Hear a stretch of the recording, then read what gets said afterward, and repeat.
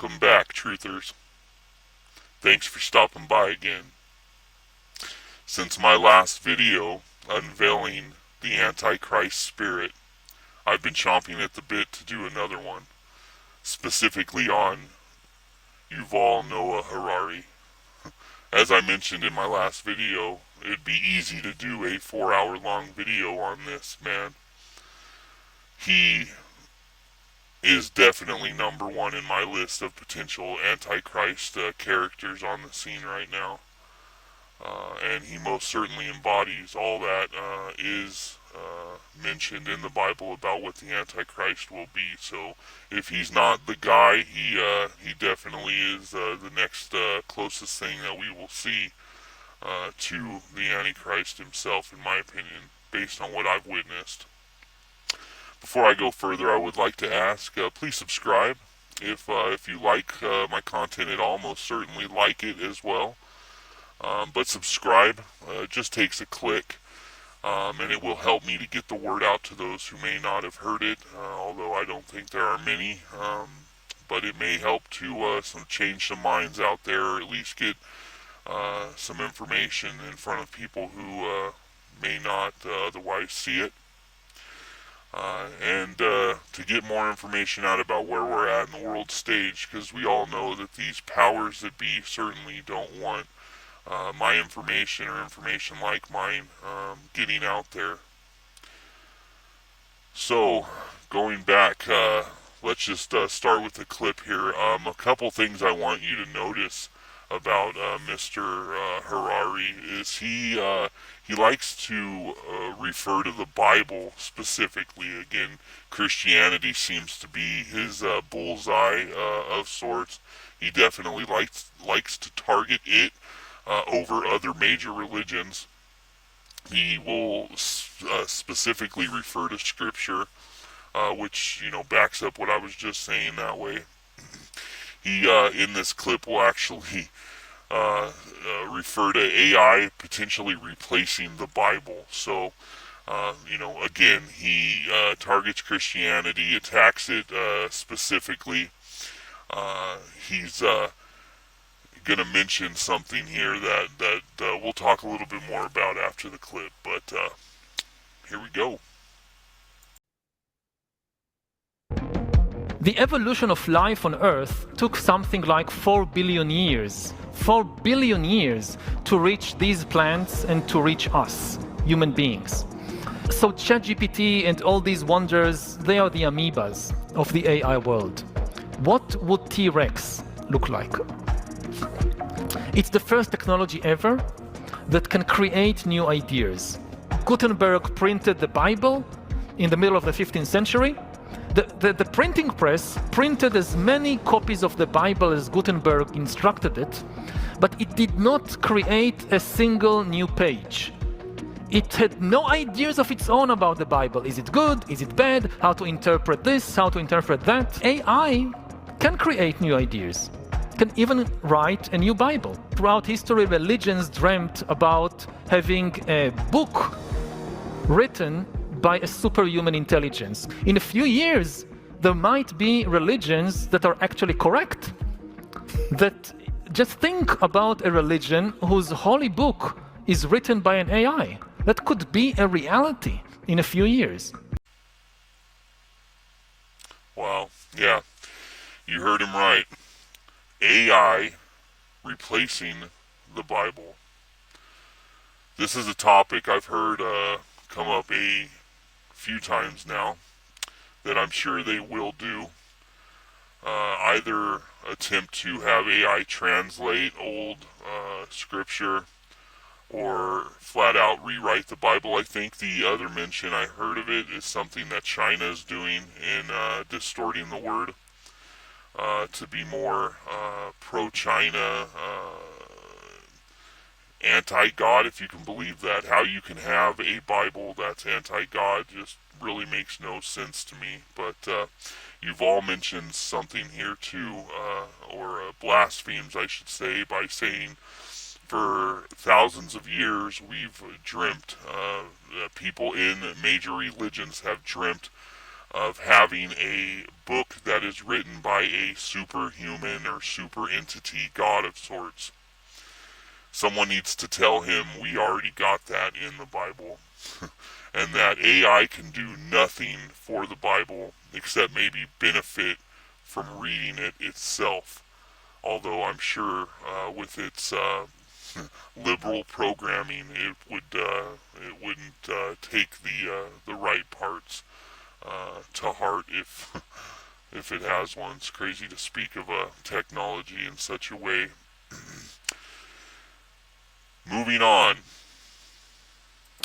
And the book suggests that the next big projects of humankind will be to overcome old age and death, to find the keys, the secret to happiness, and to basically upgrade humans into gods.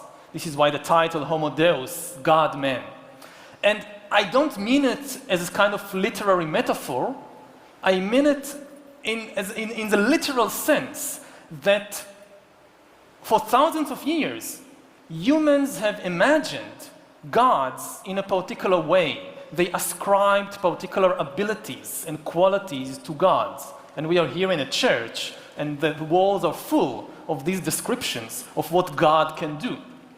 And we are now seriously in the business of acquiring these traditional divine abilities and qualities to ourselves. Whether it's trying to overcome death and gain immortality, or whether it's gaining the ability to create and design life according to our wishes. In the Bible, in the book of Genesis, basically the first thing God does is to create animals and plants and humans according to his wishes. We are now trying to gain this divine ability to ourselves. It's very likely that in the 21st century, the main product, the most important products of the human economy will no longer be just vehicles and textiles and food and weapons. The main products will be bodies and brains and minds. Okay, so now we're going kind of back down the road that he was going in my first video. As far as man being able to acquire divine abilities, is how he puts it. Of course, the first one he puts out there is to conquer death, immortality. The first, major lie of the devil for, some time now, if not since the very beginning of time. To acquire creation abilities to essentially become like God, which was the very first lie of the devil, again. And he arrogantly explains further on how the economy will even be driven by these divine abilities that we will have, or he speaks in a way that we already have. He makes it sound so simple. And then he flat out lies there, though, as the first parts of creation being the creation of creatures, right? So you, me, the animals, as being basically the first thing that God did. Someone needs to show him what I'm going to show again, or show you all here, how God truly started out in Genesis. Before we do, though, I just want to comment on when you see the crowd in a scene during that clip. It was a female that just kind of struck me. Looking at him like he had the answers. You could see the awe in her eyes, if you would, of this blasphemy, hope that these people just need to understand is so easily achieved in just giving yourself to your Creator. Open up to Jesus and talk about awe and inspiring. You will not reach another level of inspiration like he can provide you. and comfort that is in Christ once you open your heart to him. Another thing is he shares these blasphemies on, I don't even know how anybody would allow it in their church, but in a church he mentions. That's where this speech is taking place. Mind-blowing. Anyway, let's hop over the word here and let's say what the Bible really says about where God started, because I think it's quite relevant, and I'll speak more to it after we get done with this. Okay, so here we are in the very beginning of the Bible, and we'll start with, in the beginning, God created the heavens and the earth. So the very first thing that God basically did that Yuval did not mention was create the heavens, which is everything above us, from a literal space, to heaven, the spiritual place, which in my opinion is quite vast and really amazing. One simple sentence here really encompasses a very large part of creation that we as people are no way close to achieving anything near its uh, uh, comparison. Uh, Not to mention complete creation of the earth. And so going back, in the beginning, God created the heavens and the earth was without form and void, and darkness was upon the face of the deep, and the Spirit of God moved upon the face of the waters. And God said, "Let there be light," and there was light. Another major creation, light itself. And God saw light, and that was good. And God divided the light from the darkness. God called the light day and the darkness night, and then the evening and the morning were the first day. So that's day one. Now, to go back in the creation of day one, he created the heavens and the earth. Another part in this is, in creating the earth, he created all the materials that we use to create anything that we have. And so Mr. Harari, Dr. Harari, I guess it is,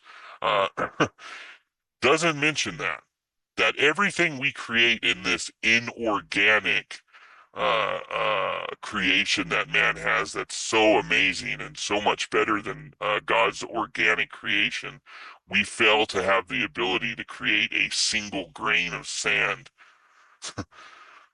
Any metal, really, that we don't get from the ground. These are things God created that we can't even fathom.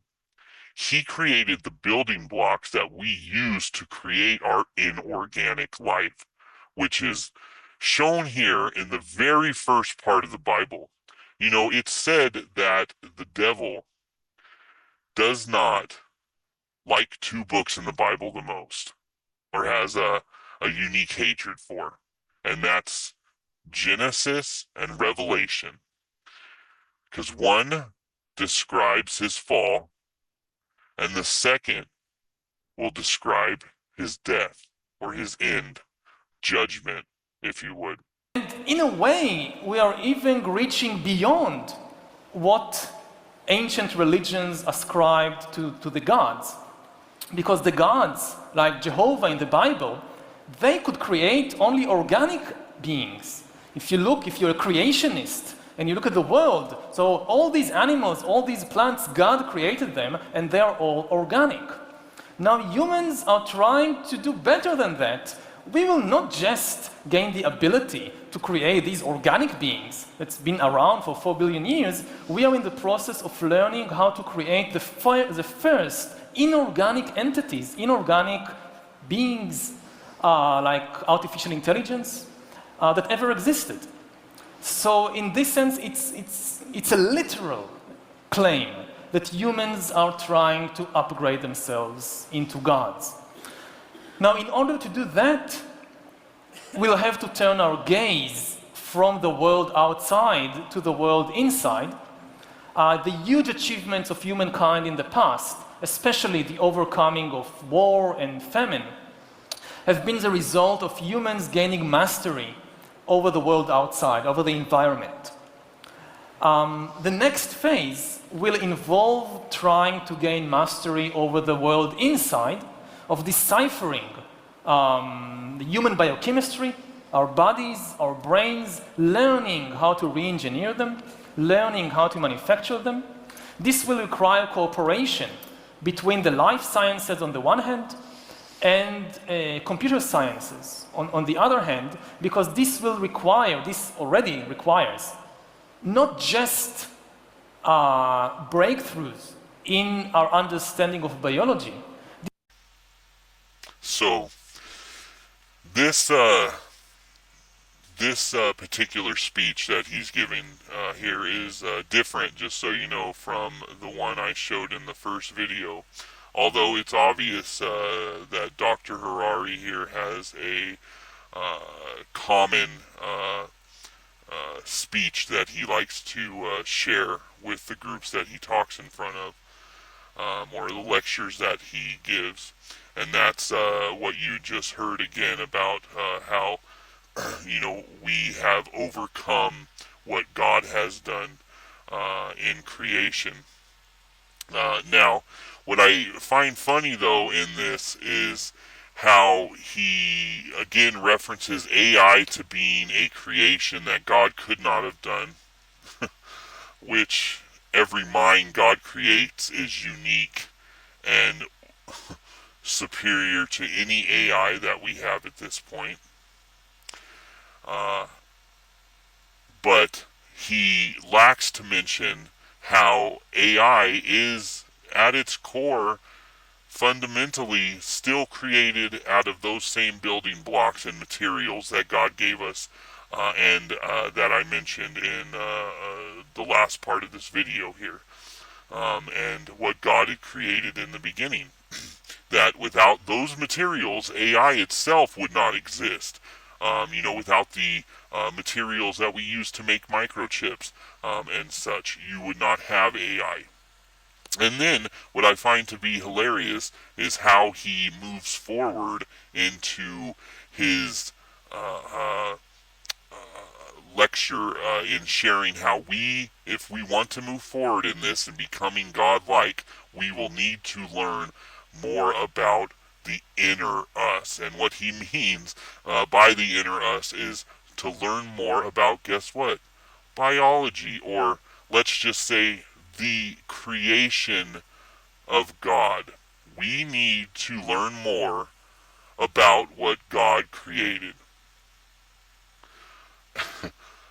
Right before that, he mentions how we are superior to God based on the creations that we can achieve, or the things that we can create. To backpedal and say we now must learn about biology. So essentially, Dr. Harari is admitting that we know very little, essentially, about even our own biology and its existence, that we will need to learn in order to become godlike. And this is really just another glimpse of that Antichrist spirit and the devil inside Dr. Harari.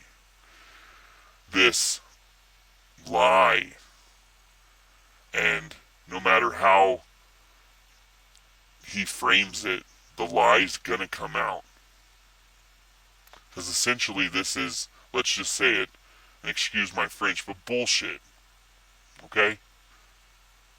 We are nowhere near the creation of God.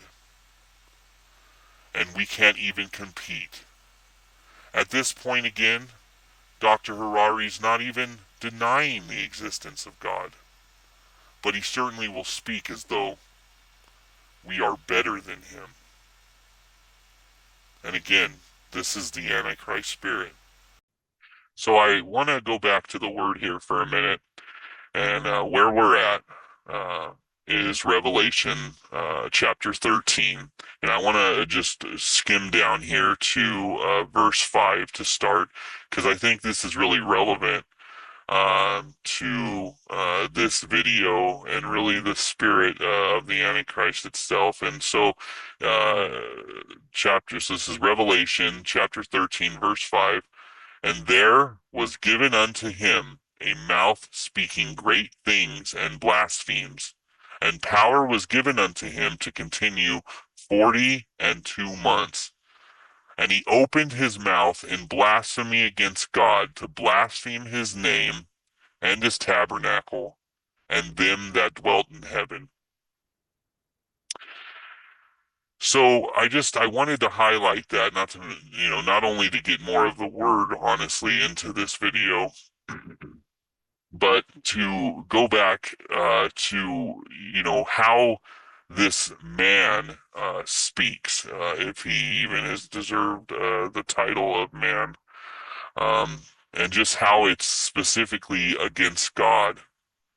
And he blasphemes in such a way that I've never heard an atheist do. I mean, I've heard some pretty significant blasphemes and digs on God in my time, jokes, memes. But Dr. Harari here, he speaks in a way that just really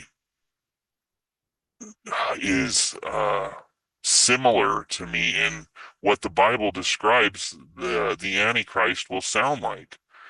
I don't know if it's just a bias I got, an opinion that I've grown strong in, but man, he really embodies this spirit through and through.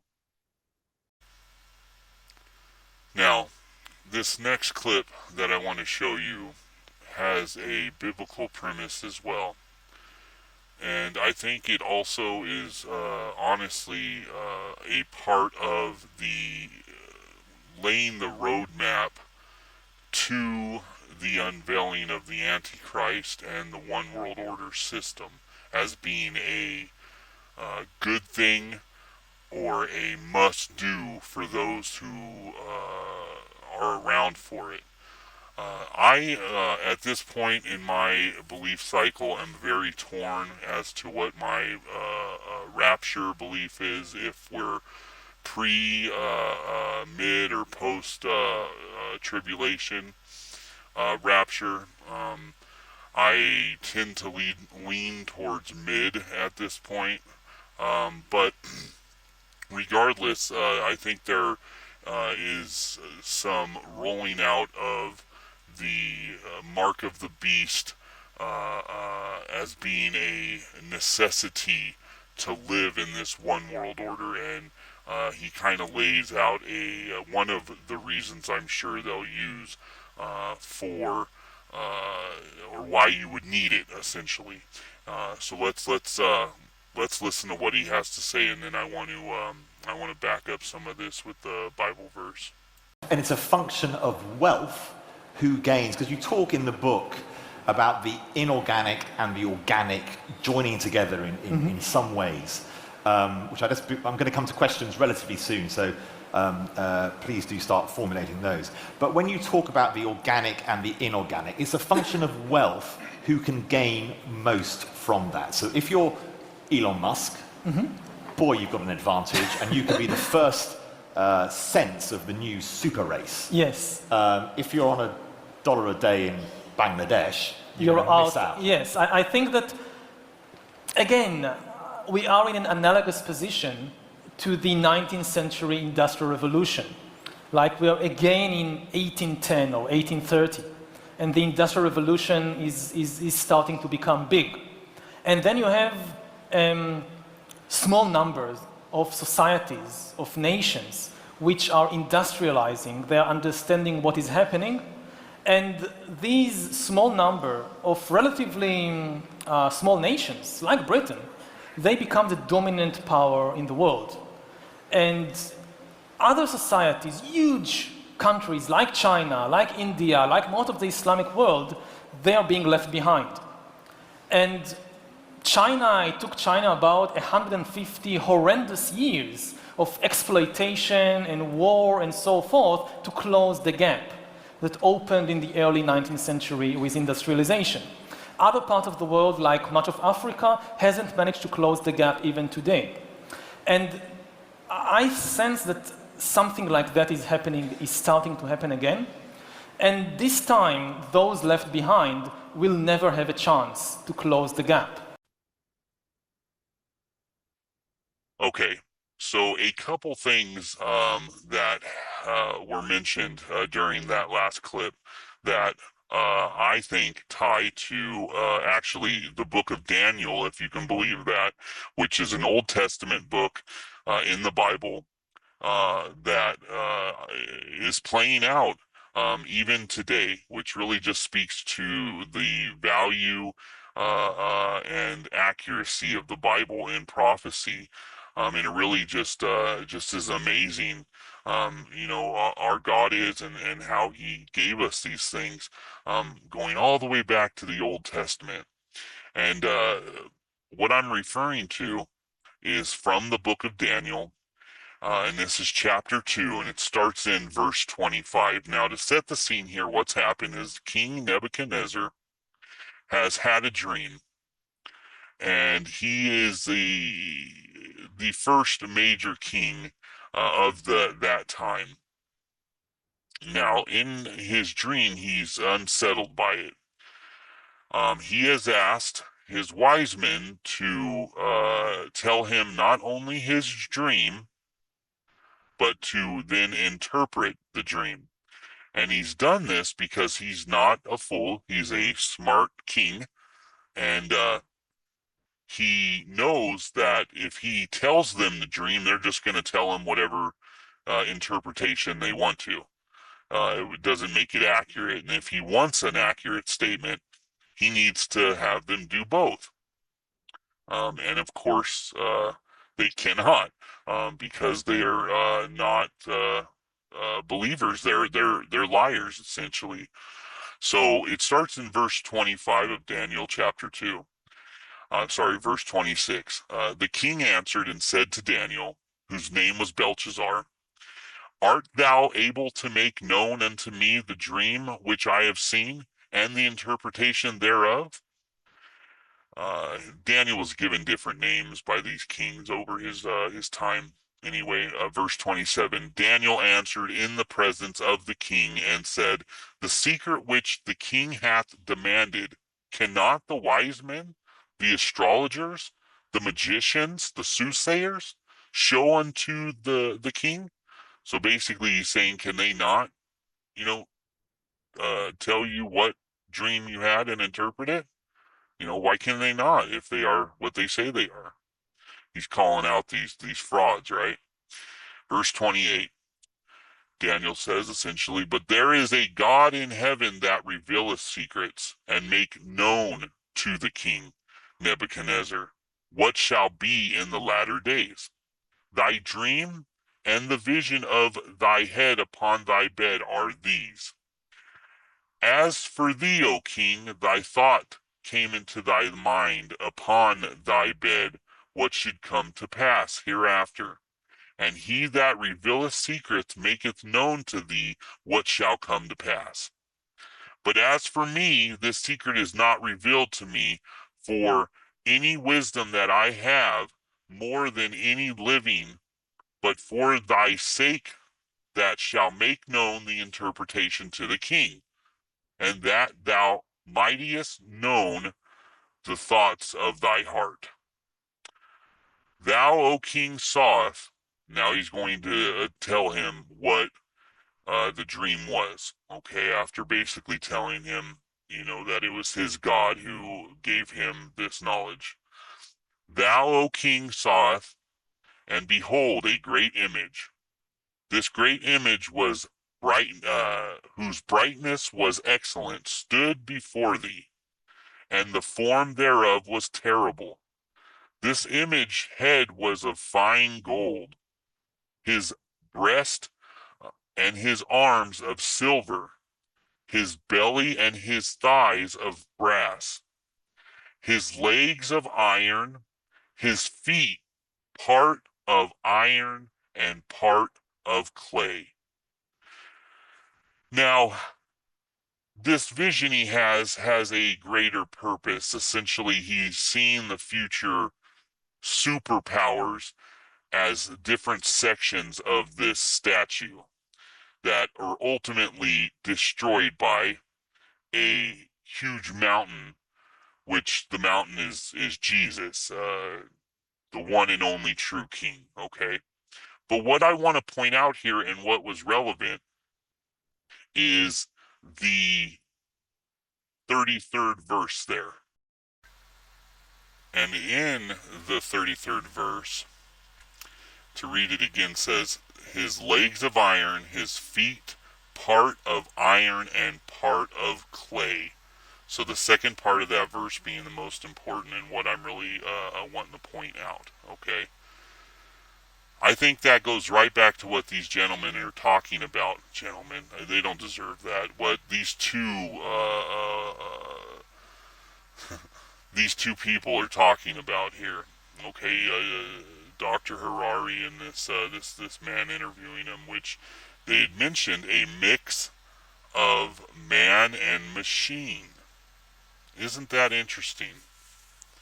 So, if you look here, that last kingdom is a mix of iron and clay. Now, it says in Genesis that we come from clay. We all know that when we die and over time, the dust we will return to, right? So, the clay being the flesh, iron being technology. Do you understand? Do you see? Essentially, this is a man and machine merger that these two gentlemen are referring to. So this is from the Old Testament, and you are literally seeing it play out in a conversation.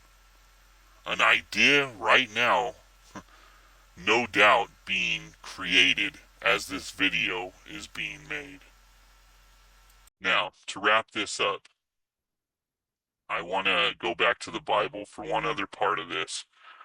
The other part I was wanting to reference that they were talking about. So during that last clip, they'd also talked about this gap of the Industrial Revolution and how these countries who, weren't able to basically stick with it or to generate the steam engine, as I think was one of the examples that Dr. Harari gave.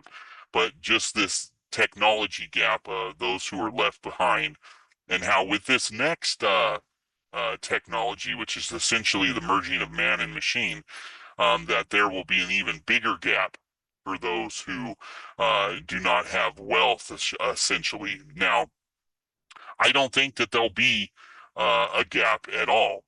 I think that this is the beginning of that this is that Antichrist spirit speaking again, and a beginning of what's mentioned in Revelation chapter 13, and this is verse 17, and this is a paving of the way for that mix of man and machine, which I think is going to have a part in the mark of the beast. And so I think Dr. Harari and the Antichrist spirit in him want people to feel like this is going to be something that's out of grasp, therefore wanting you to want it even more, so that when it is made readily available or seemingly available, let's say, to those if they're willing to worship the Antichrist as kind of a discount or opportunity that without money they would not have a chance to partake in. But essentially, he's referring to what's mentioned in Revelation,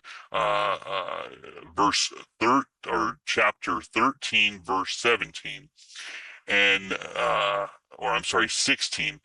And he causeth all both small and great, rich and poor, free and bond, to receive a mark in their right hand or in their foreheads, and that no man might buy or sell save he that had the mark or the name of the beast or the number of his name. So again, I think they are laying a roadmap here that uh, look, this technology is going to come out, and if you don't have money, you have no chance. And I think they're doing that on purpose so that when it does come out, and I think we'll hear a narrative like this more and more, but that when it does come out and it's made available to everybody, if they simply worship the Antichrist, people will jump on it because they feel like if they don't, that they'll be left behind, one, and two, that they're getting an opportunity of a lifetime that without money they would have never been able to achieve, that they better hop on it right away and run with it.